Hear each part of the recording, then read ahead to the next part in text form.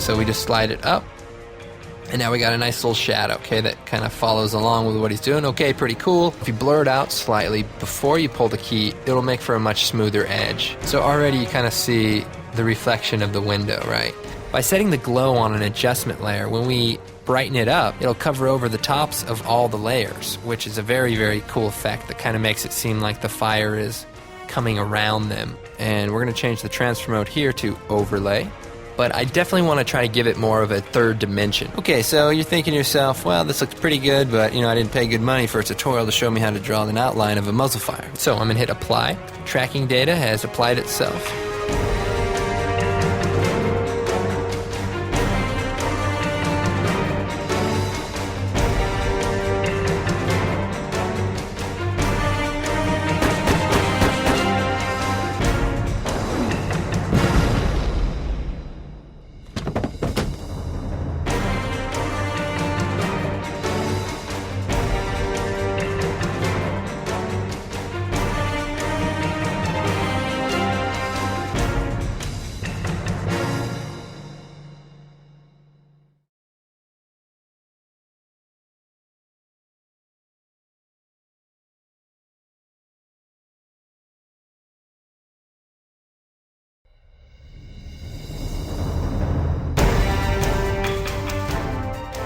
Hi, Andrew Kramer here. What we have here is this footage of this guy in front of a green screen, and that is a MP5 for those of you who are interested. It's an airsoft gun made out of very high quality plastic, so very dangerous, I can assure you. The first thing we're going to do is take this footage and drag it out to the composition area and make a new composition. I should point out, this is actually my good friend Sam Loya, who helped me out tremendously in this whole training DVD process and creation. So I just want to go ahead and thank him for all the time and help he put into making this authentic. I mean, look at this face. Yeah. Next thing we're going to do is select a layer and go up to Effects, Keying, Key Light. And this is the plugin we're going to use to pull a good matte from this green footage. So first thing we're going to do is pick the color green. Okay.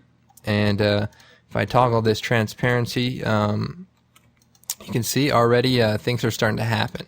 All right, let's go ahead and skip a few of these settings. And first thing I want to focus on is this screen pre-blur. And basically what this does is blurs the matte before it pulls the key from it. So if we go to the screen matte in the viewing options, we play with this, you can see it kind of blurs it out. And the benefit of this is when you're working with DV footage especially, the edges aren't perfect and they can be blocky and have artifacts. And so if you blur it out slightly before you pull the key, it'll make for a much smoother edge and it won't crawl and look all crazy. So that's obviously a good thing. Now the next thing I want to go to is the screen matte. And we have a few settings in here I want to look at. Let's go ahead and change the view momentarily to the screen matte view. And this is the black and white view. Everything that's white is opaque and everything that is black is going to be transparent. We have some gray area here which we need to work on. So the clip black will basically bump up the tolerance for the black and just kind of cut that out of the mix here. And likewise we have some gray here in the white and I want to go ahead and clip that down. So that's pretty good. Let's go with 35 and we'll make it say 75. And if we switch back to the final result and we zoom in here, you can see we actually have a pretty nice edge all around. But we're going to go and take it a few steps further. If we need to, we can actually adjust the matte basically globally and, you know, shrink it or grow it. I'm actually going to shrink it down 0.5 pixels just to make sure we don't have a weird edge. Key Light is actually a very powerful plugin. It's doing a lot of things for us basically automatically, and one of the things it's doing for us is spill suppression. If we go to the view and we change this to intermediate result, a normal keyer will basically leave all this in. That is just basically the spill from the green background. And what Key Light does is, if we go back to the final result, it actually tints those greenish pixels a color that you pick, and default is gray, which is kind of a neutral color, so it kind of gives it a non-tinted look, which is pretty nice. But since we're working with DV footage, there's a few things, a few workarounds, if you will. What I'm going to do is switch the replace method to hard color. And that basically is just a little bit lighter blending with the green color that we're suppressing. I'm going to change this color also to like a grayish green. And the reason I'm doing that is just to get a little bit closer to the original green, because of the low quality of DV footage, we can run into some artifacting with the color sampling. So the closer you get it to green, the less artifacting, but obviously you want to be far enough away so that the tint isn't there. So this color seems to do it for us. All right, the next thing we're going to do is add our background. So back to the project, I'm going to take this background picture that we have, which is actually taken with a 20D in some dark, crazy alley. So let's go ahead and put this into our background. So I'm going to drag it down here underneath our layer, and I'm going to hit Alt-Home to line that up. And zooming out here with the mouse, rolling the mouse button back, we can see it's a huge picture. It's like 8 megapixels. Well, we're going to scale it down. And I'm going to zoom in here, maybe like that. Okay, maybe a little bigger. All right, we're working with progressive scan footage. Now, if we were working with interlace footage, we would possibly have some more artifacting and noisier edges. And one solution for that is a matte choker. And if we select our green screen footage, we go up to Effects, Matte, Simple Choker, we get this really great effect and basically geometrically smooths out the edges. Let's go ahead and change the choke matte amount to, say, 0.75. Let's go maybe 1.5.